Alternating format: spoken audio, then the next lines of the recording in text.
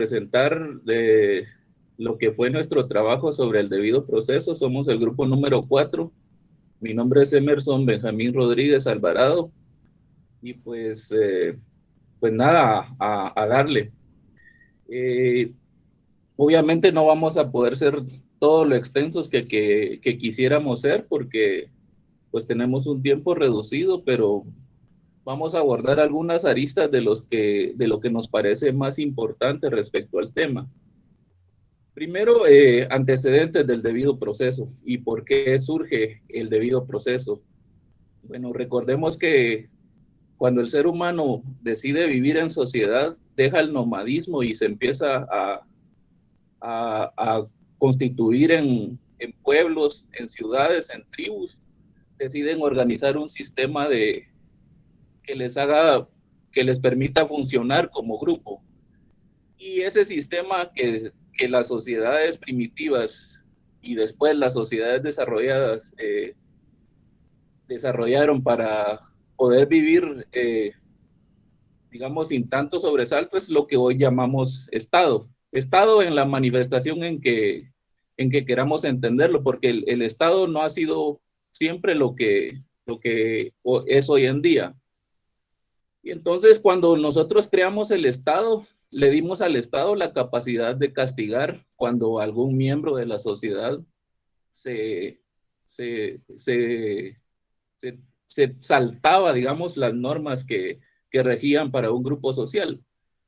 Y ahí tendríamos que irnos, digamos, tal vez a donde empieza, digamos, el germen de lo que es el debido proceso.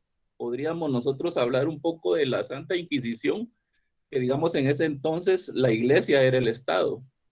Y la iglesia en nombre de la religión pues cometió muchas barbaridades y resultó que nos dimos cuenta que, que ese poder punitivo que le asignamos al Estado necesitábamos ponerle, digamos, controles.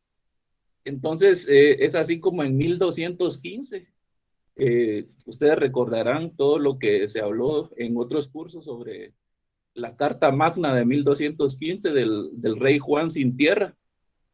Y es ahí, digamos, donde empieza de alguna manera, de manera más formal, lo que tal vez hoy podemos ver como el inicio de un debido proceso. Luego, pues tenemos todo el desarrollo de la historia con la Revolución Francesa, etcétera, y todos los procesos de la historia, la Segunda Guerra Mundial con los nazis, pues se demostró de que el Estado seguía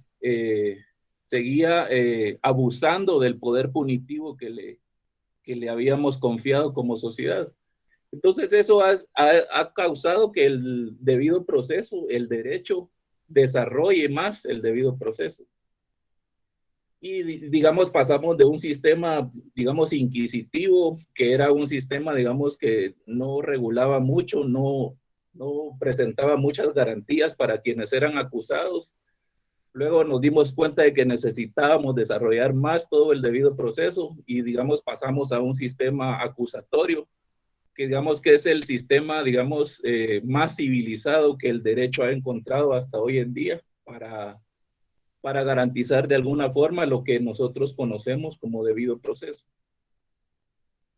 Hasta hoy en día que, digamos, se sigue desarrollando el mismo, porque hoy tenemos, digamos, todo el derecho internacional humanitario, todos los tratados y convenios en temas de derechos humanos, son tratados que muchas veces regulan procesos que tienen que ver con violaciones abiertas en muchos países sobre la legalidad del Estado cuando acusa a ciertas personas.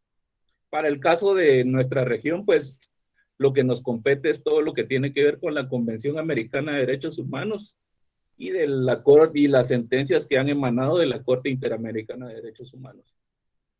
Ahora podemos pasar, digamos, un poco al sistema que nosotros tenemos hoy por hoy, que digamos no es perfecto, pero digamos es, como les dije, es lo que el derecho hasta el día de hoy ha encontrado como el sistema más justo, que es el sistema acusatorio. Y el sistema acusatorio tiene una serie de principios que, digamos, regulan lo que conocemos como debido proceso.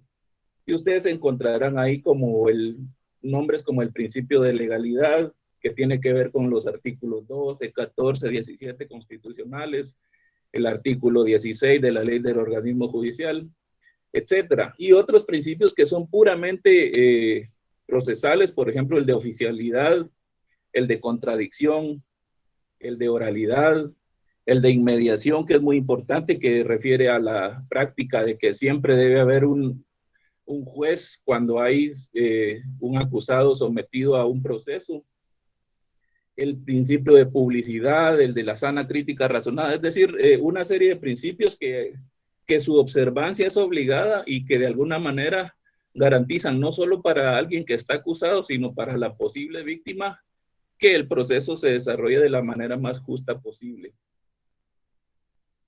Luego, pues, para no ahondar más en estos temas, porque digamos son temas que venimos manejando desde teoría del proceso, que digamos de alguna forma todos lo conocemos.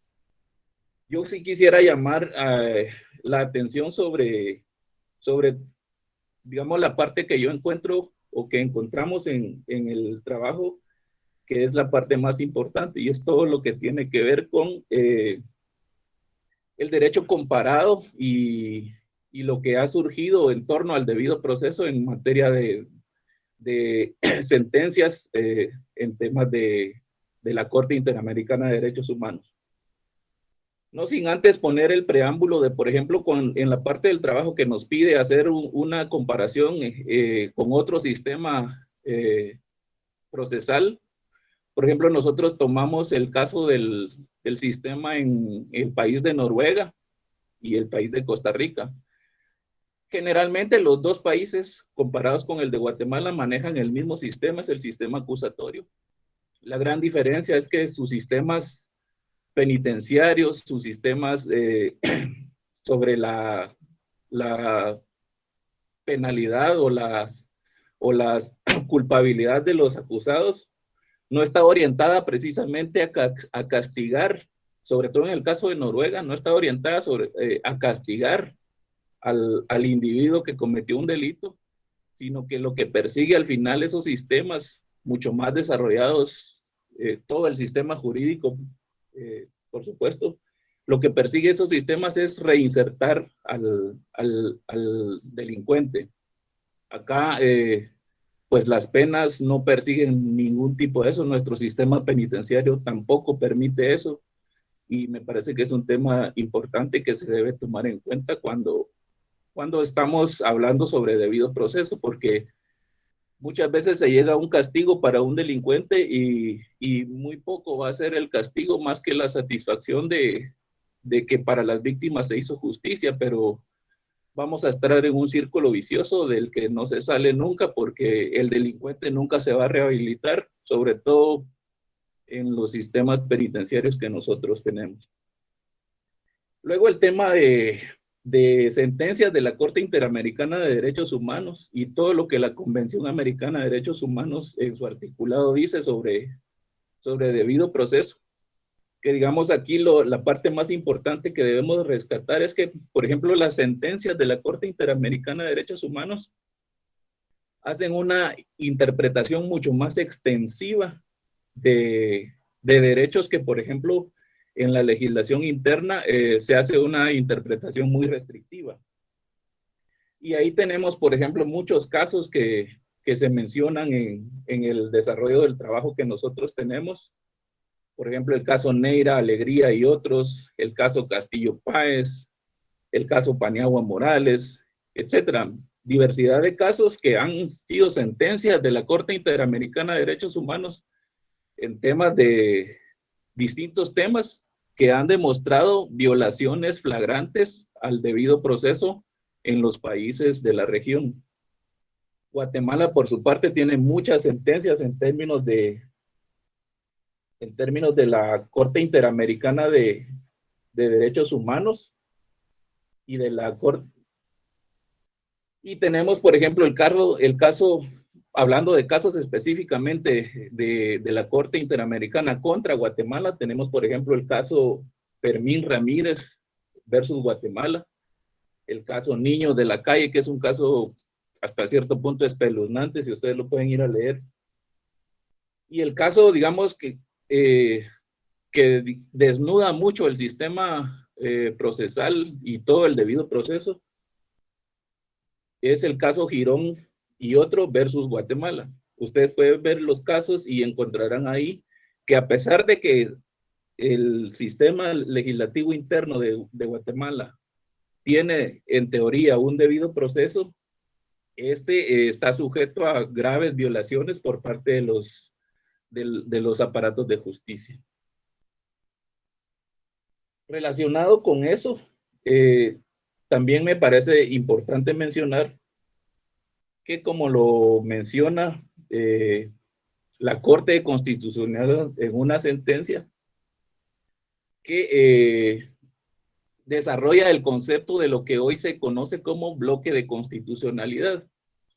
Y el bloque de constitucionalidad lo que dice a grandes rasgos es que le da la razón a la Constitución cuando dice que todos los convenios y tratados en materia de derechos humanos tienen preeminencia sobre el derecho interno. Y la Corte Interamericana de Derechos Humanos en sus sentencias ha aludido a muchos de esos derechos que, digamos, por ejemplo, el artículo, permítanme ver, el artículo 44 de la Constitución, que es uno de los que forma parte del bloque de constitucionalidad, por ejemplo, dice en su primer párrafo, dice, los derechos y garantías que otorga la Constitución no excluyen otros que, aunque no figuren, dice, o sea, aunque no existan en el derecho interno, son inherentes a la persona humana.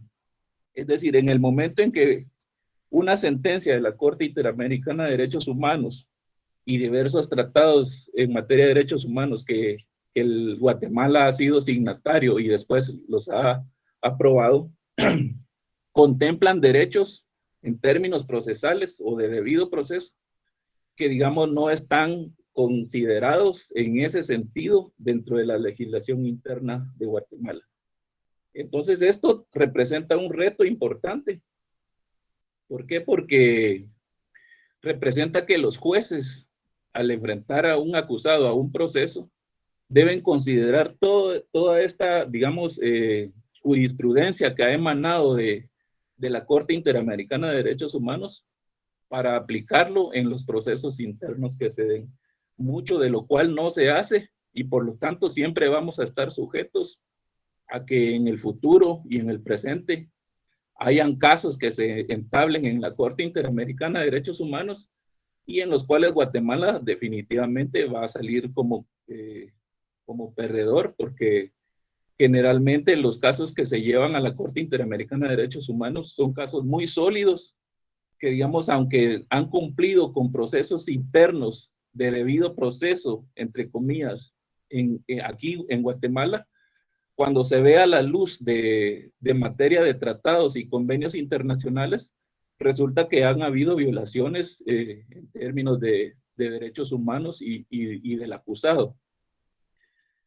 Bueno, yo me quedaría por ahí, si no, creo que no terminaríamos de hablar, porque solo en términos de jurisprudencia a nivel interna y a nivel regional con sentencias de la Corte Interamericana podríamos hablar mucho tiempo, pero me parece a mí eso lo más rescatable, que, digamos, nuestro sistema jurídico debe pasar por reformas, o por lo menos los jueces deben tener presente de aplicar todos estos criterios nuevos que son, digamos, de una interpretación mucho más extensiva de la ley y de los mismos derechos que lo que realmente se está haciendo hoy en día.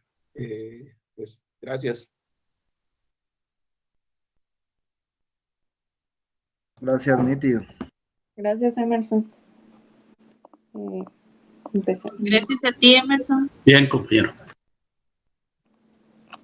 Empecemos. Pues, creo que les toca a cada uno de ustedes. Exacto. Los voy a ir llamando y empiezan. Mirna Magali Mexicanos López.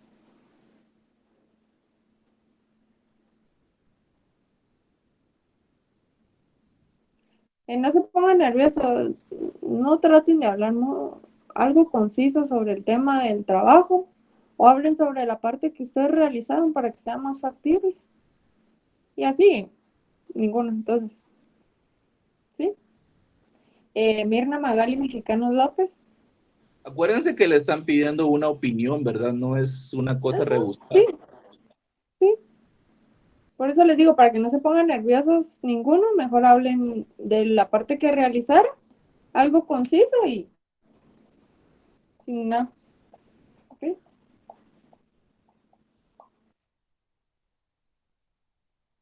Magali creo que está hablando, pero tiene su micro cerrado. Sí, su micro.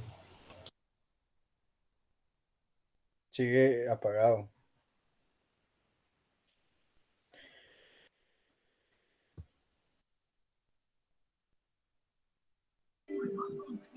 Ya, ahora sí creo, ¿verdad? Buenas noches, compañeros. La verdad, pues lo que yo investigué, pues fue algo muy, muy cortito, ¿verdad? Pero es sobre el sistema, perdón, del punto de vista doctrinario de lo que es el debido proceso, ¿verdad? Tenemos entendido que se trata sobre el derecho que tenemos todos de poder defendernos, de poder llevar un proceso de forma ordenada, de el derecho que tenemos de defendernos y de poder contar con el, como dijera, no sé cómo decir esta palabra, contamos con llegar a la finalidad de poder tener un proceso justo, digamos, ¿verdad? En nuestro país, de que todos los ciudadanos, pues, podamos tener esa facultad de poder, como les dijera, ay, no sé, perdón, es que estoy muy nerviosa. A lo que quiero llegar, ¿verdad? Es que nuestro sistema sí es algo que viene a prolongar nuestros derechos, a prolongar un juicio justo y que todos podamos contar con esas accesibilidades, digamos, o esa accesibilidad a a optar por nuestros derechos, ¿verdad? Y pues según el punto de vista doctrinario, perdón, todos tenemos ese derecho, ¿verdad? Como guatemaltecos a ser defendidos y a saber nuestros derechos, y el derecho procesal, pues se trata de eso, ¿verdad? Sobre el proceso, sobre todo lo que nosotros como estudiantes tenemos que aprender, de lo que se trata el inicio del derecho procesal penal, ¿verdad? Que pues la verdad yo soy así como que en derecho penal me cuesta un poco, pero pues con esta investigación sí me quedó un poco más claro, ¿verdad? A lo que estamos entrando o iniciando a obtener un conocimiento, ¿verdad? Sobre todo este sistema jurídico. Solamente eso, compañeros, gracias. Gracias, Magali. Wilber Ali Rodas Juárez.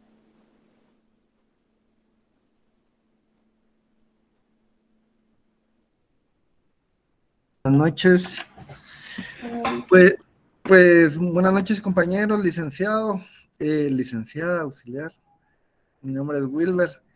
Contento ahí de compartir con ustedes el trabajo sobre el derecho procesal, sobre pues, el proceso, sobre el debido proceso. Yo creo que en mi parte en especial me tocó ver sobre la parte de la doctrina. Pues ahí se investigó a algunos autores, los cuales llegaban a la conclusión de que el debido proceso es una parte importante que, que es pública desde el punto de vista de que el Estado es el que tiene que garantizar a todas las partes involucradas dentro de un proceso penal, en este caso, que se va a garantizar el derecho humano más preciado, que es el derecho de la libertad.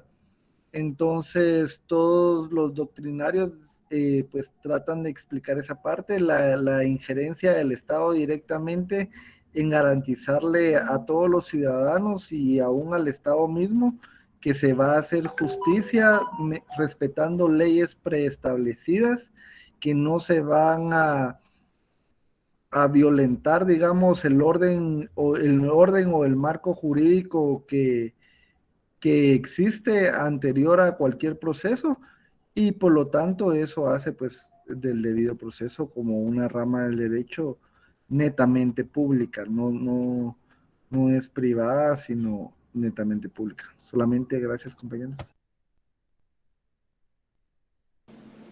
Gracias, Wilber. Vamos con Víctor Manuel Castellanos López.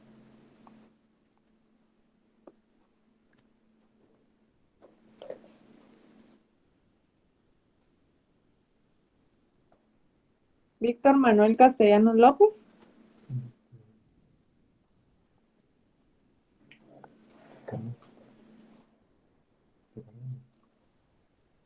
Yo creo que no está. Bueno. Juan Luis Val Ponciano.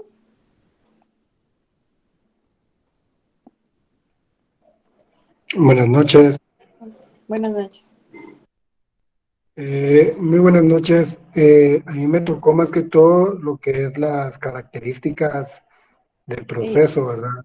Ay, disculpa, Juan, que te molesta. No podrías prender tu cámara, disculpa. Gracias. Ok, entonces continúo. A mí me tocó lo que es las características del proceso, pero digamos, antes de que existiera el proceso que usamos actualmente, existió uno que era el sistema inquisitivo, que era el que se usaba anteriormente, ¿verdad? Lo esencial de este proceso inquisitivo era de que, digamos, tanto las dos partes, la parte acusatoria como la otra parte, era llevada por un mismo juez. Entonces, se usaba mucho las prácticas de tormento y tortura, ¿verdad? Pero esto limitaba mucho, digamos, a la parte de la defensa, porque, digamos, ¿cómo es eso de que el juez era el que decidía tanto la defensa como el que acusa, ¿verdad? Entonces, con el tiempo esto se fue cambiando y existió un sistema acusatorio, ¿verdad? Donde estos ya, ya pudieron implementar otros principios como el de la igualdad, moralidad. Ya esto también ya fue un poco más público, ¿verdad? Porque, digamos, en el sistema acusatorio era más secreto. Entonces, como que no le daba mucha oportunidad a la víctima a poderse defender, pero en el sistema acusatorio ya entrando al proceso que usamos actualmente, le dicen un sistema mixto, que ya usa tanto le quedó, digamos, la parte inquisitiva, pero solamente la parte que es escrita, y las partes también del sistema acusatorio. En este sistema mixto es el que usamos actualmente, entonces de aquí ya está la parte de la defensa, ¿verdad? Que tenemos a la defensa pública, y también está la otra parte acusatoria, que está el MP, ¿verdad? Entonces ya hay pruebas y también ya hay un juez, que el juez no se mete tanto ni del lado del MP ni tanto de la defensa pública, sino ya es un poco como que un poco más equivalente, se puede decir, ¿verdad? Bueno, eso es más que todo lo que les puedo mencionar con respecto a las características de este sistema, ¿verdad? Del proceso. De que sí ha ido cambiando un poco, pero ha ido cambiando para bien, ¿verdad? Porque también ya se respetan los principios que hablaban los compañeros antes, que son principios constitucionales, que los encontramos tanto en la Constitución, que nadie puede ser, creo que es vencido y nadie puede ser juzgado sin antes ser oído, ¿va? Ni vencido ante un tribunal. Eso sería todo. Gracias. Gracias, Juan Luis. Sara Eduvina Aldana Méndez.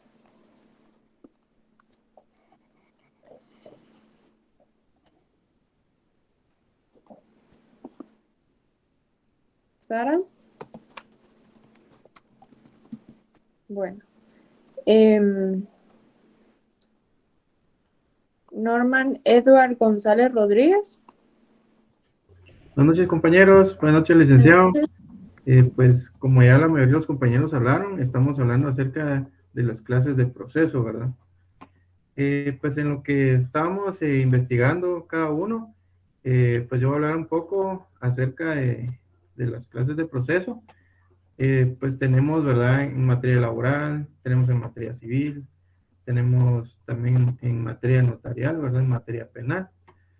Y, por ejemplo, cuando hablamos de su cuantía, pues básicamente hablamos en materia civil, en el caso de que podemos dividir los procesos, ¿verdad? Por mayor cuantía, por menor cuantía y por ínfima cuantía, ¿verdad? En materia laboral también hablamos acerca de que dependiendo el monto de la cuantía, así se designará el juzgado, ¿verdad? Que puede conocer acerca del conflicto económico y social, ¿verdad? Y según el artículo 291 del Código de Trabajo, establece que en donde no hubiere jueces privativos, según lo que nos indicaba nuestro catedrático y licenciado también de materia laboral, esto pues indica, ¿verdad?, que en materia de trabajo los únicos que pueden conocer pues son los juzgados de trabajo, ¿verdad? Pero en el caso de que cuando no hubiera uno en algún lugar, ¿verdad?, dice que puede conocer un juez de paz, pero si la cuantía no pasa, ¿verdad?, hasta un monto de 3,000 quetzales. Si la cuantía fuera mayor, pues ya lo puede conocer un tribunal, ¿verdad? Por la forma de su sustanciación, pues también tenemos procesos escritos, tenemos procesos orales. De los procesos orales, pues en su mayoría también, ¿verdad? Podemos hablar de los procesos en materia laboral, que ahí sí que según el artículo 333 y 321 del Código de Trabajo, pues nos indica, ¿verdad?, que los procesos laborales, pues en su mayoría tienen que ser orales. También tenemos en materia penal, ¿verdad?, el artículo 297, donde tenemos el proceso oral, ¿verdad? Y también tenemos en materia civil el proceso de juicio oral, en el artículo 201 del Código Procesal Civil. Por su origen de composición, pues también tenemos arbitrales, ¿verdad?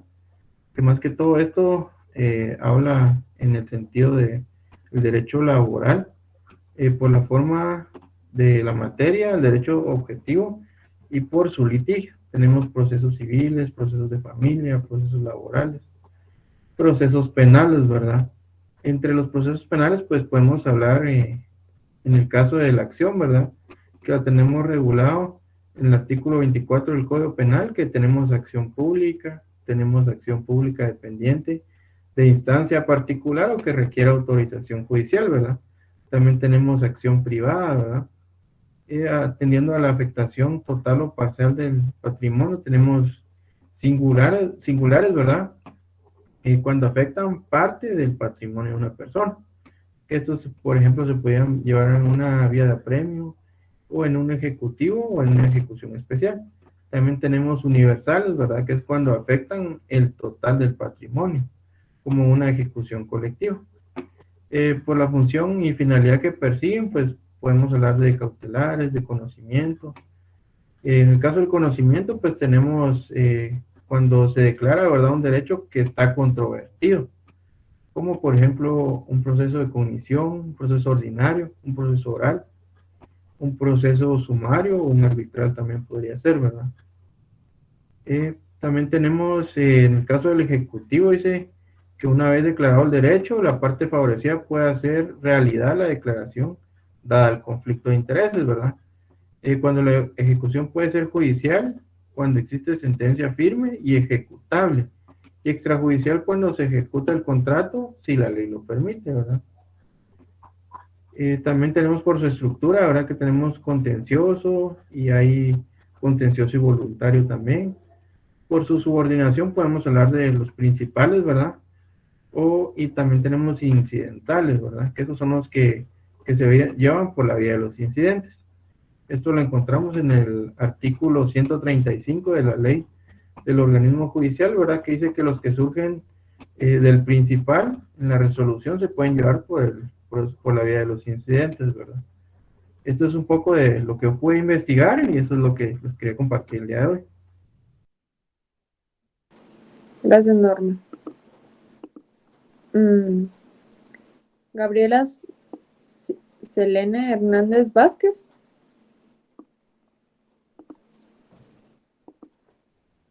Sí, buenas noches. Ok. Buenas noches. Sí, ya se me escuchan. Sí, te escuchaba. Ok, buenas noches, compañeros y licenciado. Sí, compañera. Mi nombre es Gabriela Hernández. Sí, alguien habló. Mi nombre es Gabriela Hernández y yo les voy a hablar un poquito acerca de las características del derecho, del debido proceso, perdón. Como sabemos bien, ¿verdad? El debido proceso tiene un escenario natural, por lo tanto, se deben respetar algunas legalidades, ¿verdad? Hablemos sobre las más importantes. Derecho, como primero, derecho a un juez imparcial. En nuestras palabras, ¿verdad? No puede haber un debido proceso sin un juez tendencioso. ¿Qué quiere decir eso? Que tiene que ser imparcial, como lo dice en el título. ¿Qué quiere decir? Que no tiene que tener ninguna afinidad, parentesco o negocio con la persona de la cual va a ser la sentencia, ¿verdad? O quienes estén llevando el debido proceso, que son el demandado y el demandante, ¿verdad? La mayor parte de las legislaciones contemplan la posibilidad de recusar al juez que no aparezca dotado de la suficiente imparcialidad, ¿verdad? Ahora bien, como segundo, la legalidad de la sentencia judicial. Lo podemos hablar, como decía el compañero, en varias ramas, ¿verdad? Acá vamos a hablar en el área penal. La sentencia judicial solo puede establecer penas establecidas por la ley. No se puede llevar un debido proceso sin delitos que no están establecidos en ella y no se puede acusar a la persona sin haberlo citado, oído y vencido en sentencia, ¿verdad? Ahora bien, está el derecho de asistencia letrada.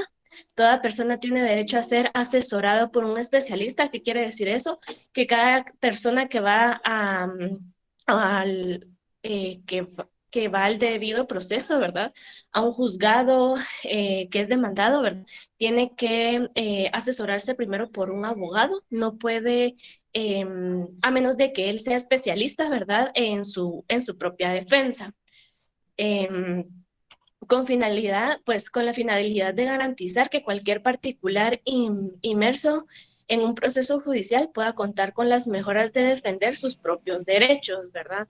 No se puede realizar un debido proceso sin que una persona conozca sus obligaciones y derechos. De esa forma se busca garantizar el cumplimiento de los principios de igualdad, ¿verdad? Y el uso efectivo del derecho de contradicción. Es decir, existen algunos sistemas jurídicos donde la garantía es irrenunciable, debiendo los particulares contar siempre con la asesoría de un abogado. Dentro del derecho se podría identificar caracteres, ¿verdad? Como el derecho a la defensa de carácter privado y el derecho a la defensa de carácter público. El del carácter privado concretado en el derecho de los particulares a ser representados por profesionales libremente designados por ellos. Ahora bien, si no se cuenta con uno de carácter privado, pues se cuenta con uno de carácter público, ¿verdad? Que se lo puede asignar el Estado, letrado de oficio, ¿verdad? Cuando fuera necesario y al encontrarse en uno de los supuestos que señala la ley respectiva. Ahora bien, derecho a usar la propia lengua y ser auxiliado por su intérprete. No se puede llevar un debido proceso en un juzgado donde hablen inglés, ¿verdad? Si la persona habla, un ejemplo, ¿verdad? Es su idioma cachiquel, ¿verdad? De haber sido así, la persona tiene que estar asesorado o tiene que llevar un, una persona que le traduzca todo lo que se está diciendo en el proceso, ¿verdad? Este derecho adquiere peculiaridad, significado en zonas geográficas donde la variedad lingüística es amplia. Ahora bien, como finalidad y de lo que yo entendí, ¿verdad? Sobre las garantías y características, se puede llevar en doble sentencia y doble conforme. Las garantías han sido formuladas, ¿verdad? Totalmente en la Convención Interamericana sobre los Derechos Humanos para que se lleve lo más factible posible, ¿verdad? Y que el demandante, pues, sea el mayor tutor, ¿verdad? Muchísimas gracias. Gracias, Gabriela. Frida Stacy Maray de León Valdés.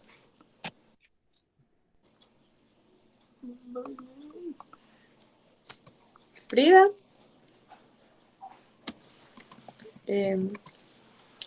May Brigitte Soriano Vázquez. Buenas noches, compañeros. Buenas noches. Buenas noches, licenciado. A mí me tocó acerca de la naturaleza jurídica del proceso. Y volvemos a hablar nuevamente del momento de la Santa Inquisición.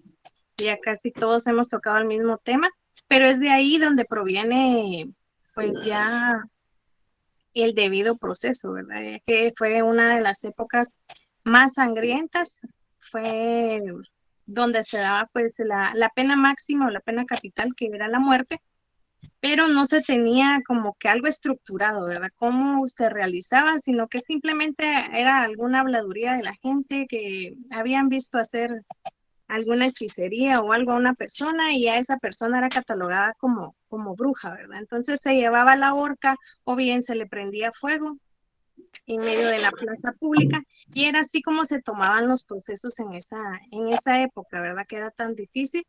Entonces se llega a la necesidad de finalizar esa época y se trata de respetar un poquito a las personas, porque a los ciudadanos no se les consideraba como personas, sino como animales. Entonces, viendo esa necesidad que se tuvo, ¿verdad? Se finaliza ese periodo para respetar un poco los derechos de los ciudadanos.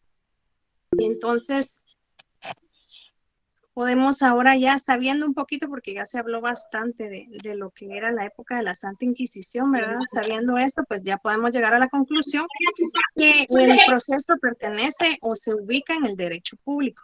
Y el fin primordial de esto es sacar a la luz la verdad y que todo se resuelva con claridad, con justicia, presentando pruebas, testimonios, hechos y respetando cada uno de los pasos, ¿verdad? Que lleva el proceso.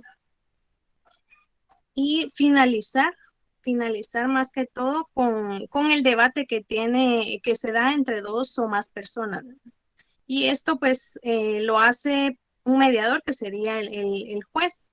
Y el fin primordial es sancionar a quien sea responsable en un acto de violación a las leyes que ya están establecidas, ¿verdad? Entonces llegamos a la conclusión que esto pertenece al derecho público, que ya lo dijeron anteriormente, y que la naturaleza jurídica del proceso pues radica en llevar a cabo la verdad sacar a la luz la verdad y finalizar con un debate.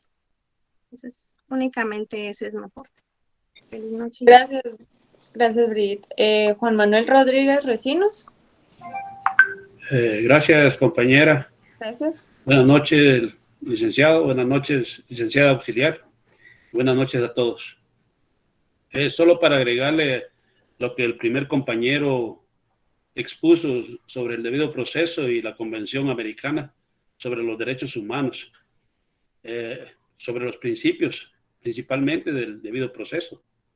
Dice que el derecho general y la justicia a toda la persona que tiene el recurso sencillo y le gusta la rapidez del debido proceso, que no le pongan trabas para que la persona pueda exponer su libre declaración ante los juzgados jurisdiccionales, en este caso ante el juez, porque me llama la atención que supuestamente la PNC presenta al reo o sindicado ante un tribunal o ante el juez de paz correspondiente en 24 horas.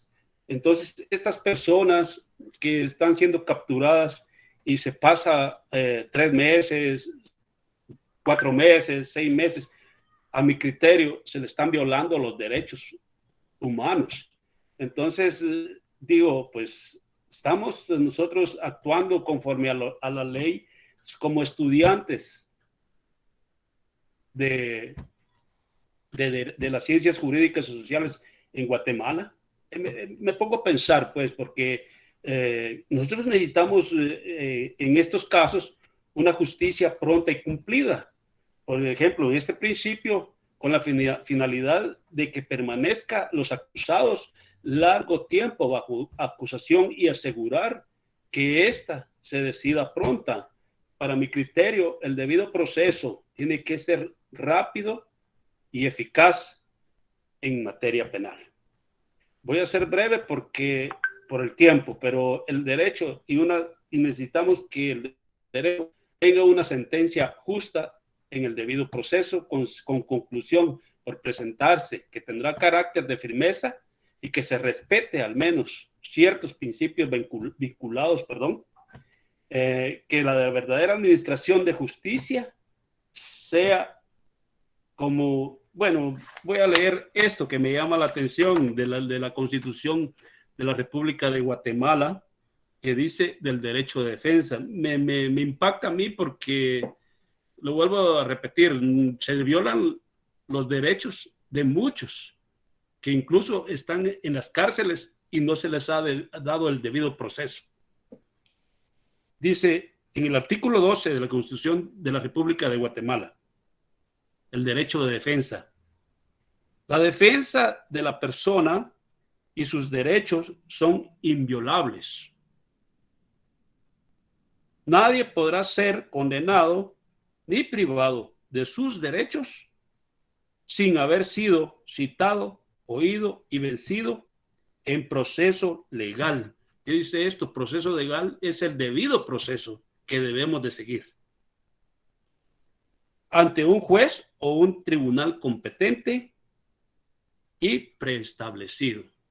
Compañeros, miremos nosotros como futuros abogados que tenemos que seguir lo que indica la Constitución y nuestros códigos.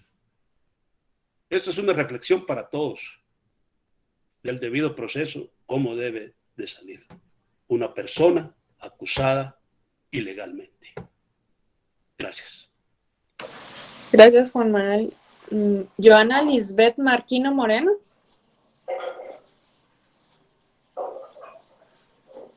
Voy. Ok.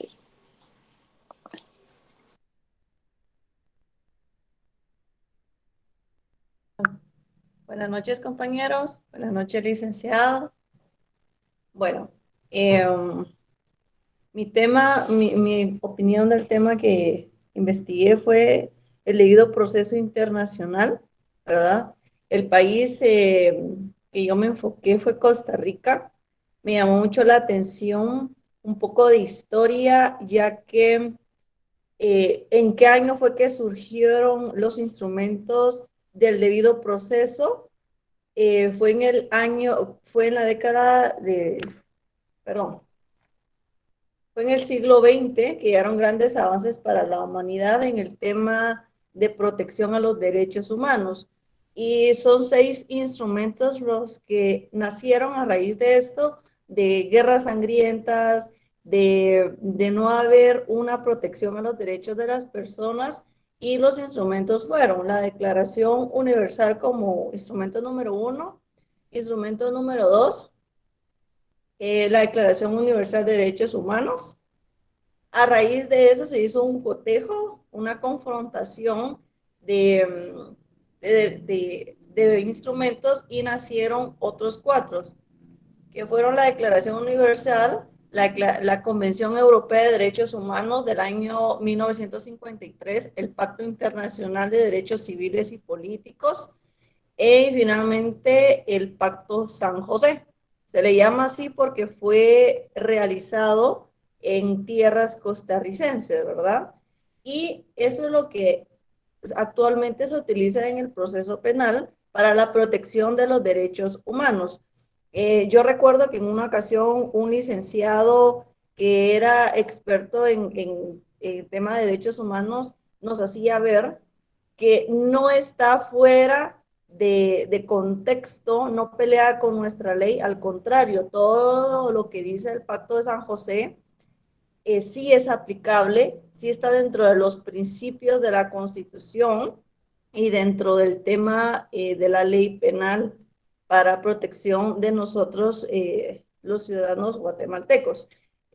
Comparando lo que se convenió, perdón, lo que se estableció en esa fecha, y sí es aplicable a Guatemala. El problema desde mi punto de vista, también lo decía pues el compañero Juan Manuel, ¿verdad? Que no se respeta el debido proceso. Lastimosamente, aunque haya un camino claro y cómo se debe de seguir, no se respeta porque las personas que se administran las leyes, no tienen los valores, no tienen el respeto hacia la ley, ¿verdad? Entonces, ese es mi punto de vista, compañeros. Gracias, Lisbeth. Nils Alan Gómez Aliñado.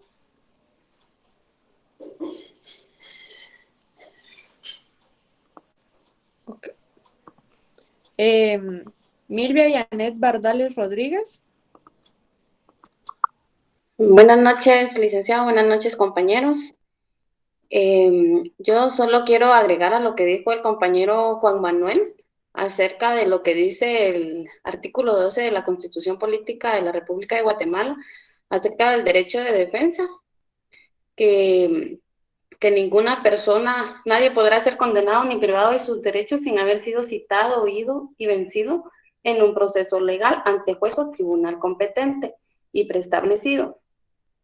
Que yo quisiera agregar a este artículo otros que se complementan, como lo es el artículo 6, que refiere a la detención legal, el artículo 7, que es notificación de la causa de la detención que se le hace al detenido, el artículo 8 de los derechos del detenido, artículo 14 de la presunción de inocencia y publicidad del proceso, que todos esos pues se le hacen saber a la persona en el momento de ser detenida para no violarle sus derechos. Pues lamentablemente en nuestro país pues no se cumple, era lo que decía nuestro compañero Juan Manuel también, pues que el debido proceso pues deja mucho que desear en algunos casos, que no se le violan los derechos a las personas. Por el tiempo, pues yo considero que solo eso quería aportar para complementar lo que había dicho nuestro compañero. Muchas gracias. Gracias, Milvia. Gloria María Pineda. Hola, buenas noches. Buenas noches a todos. Mi nombre es Gloria María Pineda. Perdón, voy a encender la cámara. Bueno, yo voy a hablar sobre la función del derecho procesal penal, que es hacer efectivo el derecho penal, que se investiguen unos hechos que aparentemente pudieron ser delictivos y que por ello tendrían que encajar en alguno de los delitos, o bueno, no tendrían, tienen que encajar en los delitos descritos en el Código Penal. y así identificar a los autores y sancionarlos. De esta manera se persiguen dos finalidades: dar respuesta a la delincuencia y también dar respuesta a las víctimas. El Estado crea el orden jurídico mediante normas que regulan las relaciones individuales, lo mantiene y los restablece. Trata de satisfacer las necesidades de sus integrantes. Cada una de esas actividades está a cargo respectivamente de los poderes legislativo, judicial y ejecutivo, independientemente de entre sí, ¿verdad? Pero también podemos decir que la finalidad o la función del proceso es buscar la justicia, ¿verdad? Gloria, perdona que te interrumpa, si pudieras activar tu cámara mientras tú estás exponiendo. Perdón. Ahí está. Ahí está. Antes el individuo tenía que defenderse, ¿verdad? O sea, tenía que buscar defenderse él solito. Pero para eso fueron creadas normas, ¿verdad? Para poder administrar justicia. Entonces, creo que esa sería la función del derecho procesal. Solamente, compañeros. Gracias, Gloria. Walter Alberto Moto Morataya. Buenas noches, licenciados, buenas noches, compañeros. Pues para no extender mucho, mi comentario general sobre el trabajo es que gracias al esfuerzo de cada uno de los que intervenimos, ¿verdad? Logramos conocer mucho los antecedentes del debido proceso y que nuestra Carta Magna como tal no lo tiene establecido como debido proceso meramente dicho, sino que lo va encuadrando en diferentes artículos y diferentes derechos individuales que tiene la persona al momento de ser procesada por la comisión de algún hecho delictivo, ¿verdad? Es todo lo que debo decir al respecto. Gracias. Gracias, Walter. Vamos a ir al vocal número 1, Osbelir Alexander López de la Cruz.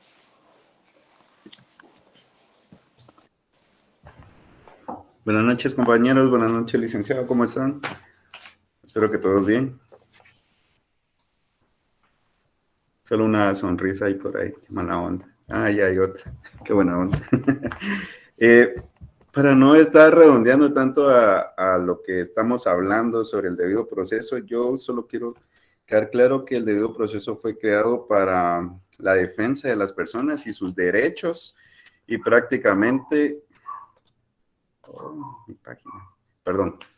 Y prácticamente el único antecedente que tenemos desde que empezó el debido proceso está en la Carta Magna que decía Walter, ¿va? En esta fue donde vinieron y se empezó a colocar todo lo establecido. Solo les voy a dar 5 puntos, los más importantes que considero. El proceso por jurados, el derecho a un abogado, la base de las libertades constitucionales, que está regulado en nuestra Constitución en el artículo 2. Podemos colocar el otro que es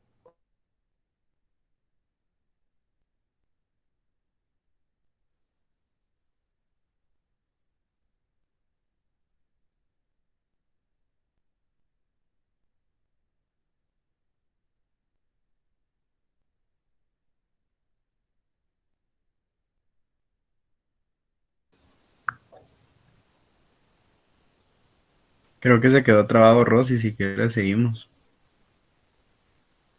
Va, ya nos seguimos. El internet. Lo siento, Osbelir. Al vocal número 2, Boris Valdemar Alquizay López. Buenas noches, compañeros y licenciado.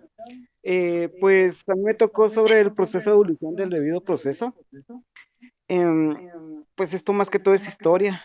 Entonces, para no redundar tanto en todo lo que han hablado, voy a hacer solo un par de paréntesis. Que aquí en Guatemala podríamos tomar como base que tuvo un gran avance durante el gobierno del presidente José María Reina Barrios, durante el decreto 551 del Código de Procedimientos Penales, en el cual nos habla que en el juicio plenario se discutía la inocencia o culpabilidad del acusado. En el caso de no haber acusador, se daba un plazo de 6 días para que el defensor presentara un artículo del previo pronunciamiento. Y así podemos dar un gran avance hasta llegar a la Constitución de 1985, que en su artículo 14 nos indica la presunción de inocencia y publicidad del proceso. Toda persona es inocente mientras no se le haya declarado responsable judicialmente en sentencia de vida ejecutoria. Solamente, compañero.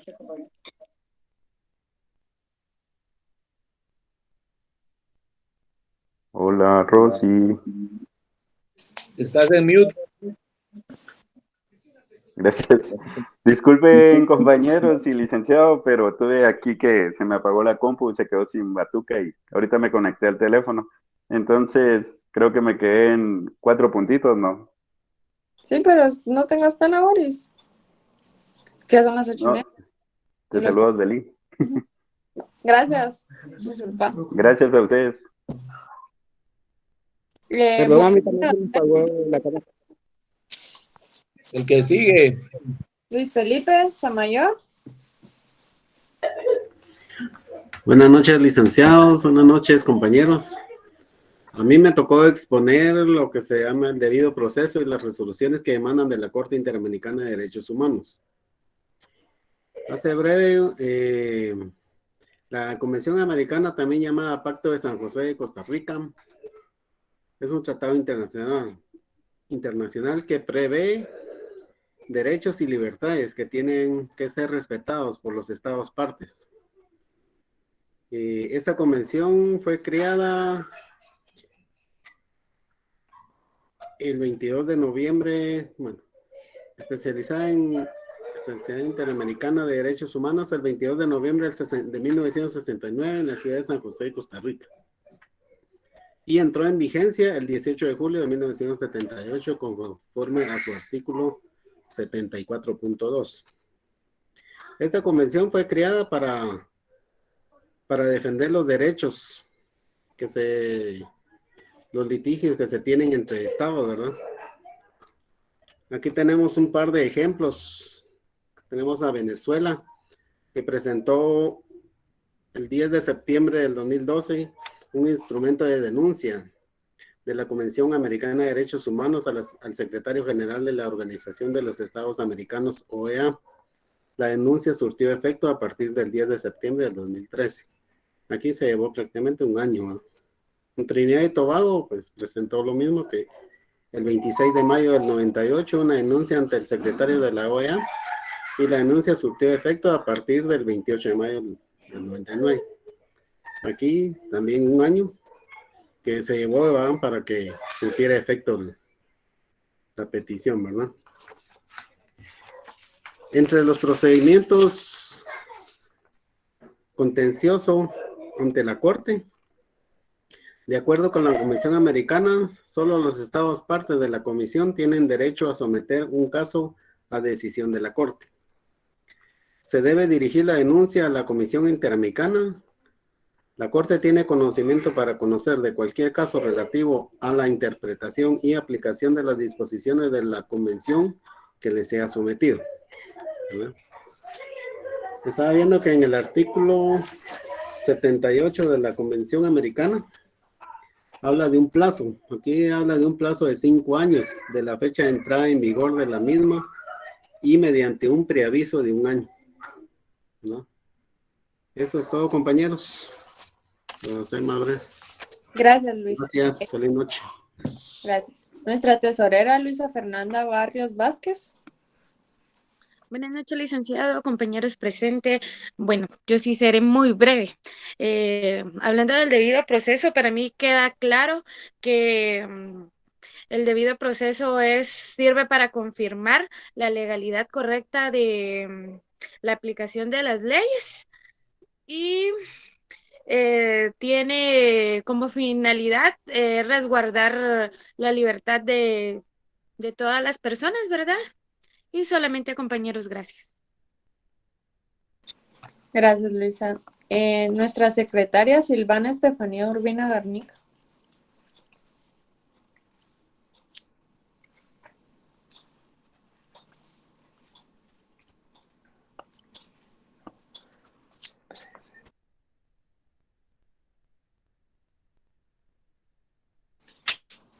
Silván. Rosy, si quieres, adelante en lo que Silvana habla. Nuestra Lo siento. coordinadora. Perdón, lo siento, Pablo. Perdón. Buenas noches, licenciado. Buenas noches, compañeros. Quisiera remarcar un poco en cuanto a la comparación que nuestro sistema penitenciario y el sistema penitenciario de Noruega tiene. Aunque sea el mismo sistema acusatorio, es importante verificar de que Noruega tiene un sistema para rehabilitar a la persona. En cambio, siento que en Guatemala es un poco más castigador. Ellos se enfocan mucho en rehabilitar a la persona para que ellos puedan obtener un título universitario o un enfoque en cuanto a una nueva profesión al momento de ya salir de su condena. También es importante indicar de que ellos también se enfocan mucho en cuanto a las terapias con un psiquiatra, lo cual ayuda para que podamos nosotros de otra manera ayudar a esta persona y como lo mismo que hacen ellos es rehabilitarlo para que podamos obtener a un ciudadano promedio y un ciudadano con buenas intenciones. También ellos tienen muchas terapias grupales, lo cual ayuda para que ellos puedan reforzar en cuanto al momento de que ellos salgan y no tengan una reincidencia, ya que Noruega tiene una tasa muy baja en cuanto a la reincidencia y también en cuanto al momento de que ellos cometan algún crimen. Gracias. Gracias, Silvana. Ahora nuestro subcoordinador Luis Pablo Batz Porón. Buenas noches, licenciado, compañeros, auxiliares. Un gusto saludarlos esta noche. Ya vamos a ir terminando. Voy a ser muy breve. A mí me tocó hablar sobre la Convención Americana sobre Derechos Humanos. Realmente esta convención está integrada por varios países americanos con el único fin de realizar un estándar en la forma en cómo se imparte justicia sobre los derechos humanos, crear un estándar en la forma en que se hace el debido proceso sobre los países miembros de cada nación. Esto con el fin de que cuando nosotros vayamos a alguna otra nación, algún otro país, nuestros derechos sean de la misma forma como estamos acostumbrados. También se da un extra de cómo podemos impartir justicia en nuestros países si ya llegamos a optar por un cargo público, de cómo guiarnos para que los derechos humanos sean de manera estándar. Únicamente eso y muchas gracias por su atención. Feliz noche. Gracias. Yo como su coordinadora Rosa María Ambrosio Dimec, me tocó hablar sobre el debido proceso en Guatemala. Englobándolo bien, el debido proceso no solo impacta a la Constitución, sino en nuestros derechos individuales. Esto se da por las garantías que las leyes penales nos ejercen a nosotros cuando no tenemos un procedimiento acorde a la ley y se establecen en los artículos del Código Procesal Penal, en el artículo 4, 20 y 92 de nuestro Código Procesal Penal. Y todas estas violaciones que ejercen ante nuestros derechos individuales también son producto en negativo a nuestra Constitución. Muchas gracias, compañeros. Nosotros somos el grupo número 4. Esta fue nuestra exposición. Nuestro relator Emerson dio una pequeña introducción y cada uno de los integrantes dio una explicación concreta sobre lo que fue el trabajo del debido proceso. Muchas gracias, licenciado y auxiliar, y feliz noche. Gracias. Buenas noches, gracias. Buenas noches. Gracias. Feliz noche a todos. Feliz noche. Buenas noches, compañeros. Gracias, feliz noche. Feliz noche. Feliz noche. Boris, ¿ya dejaste la grabación? Mucha, el clavo es que decía máximo 45.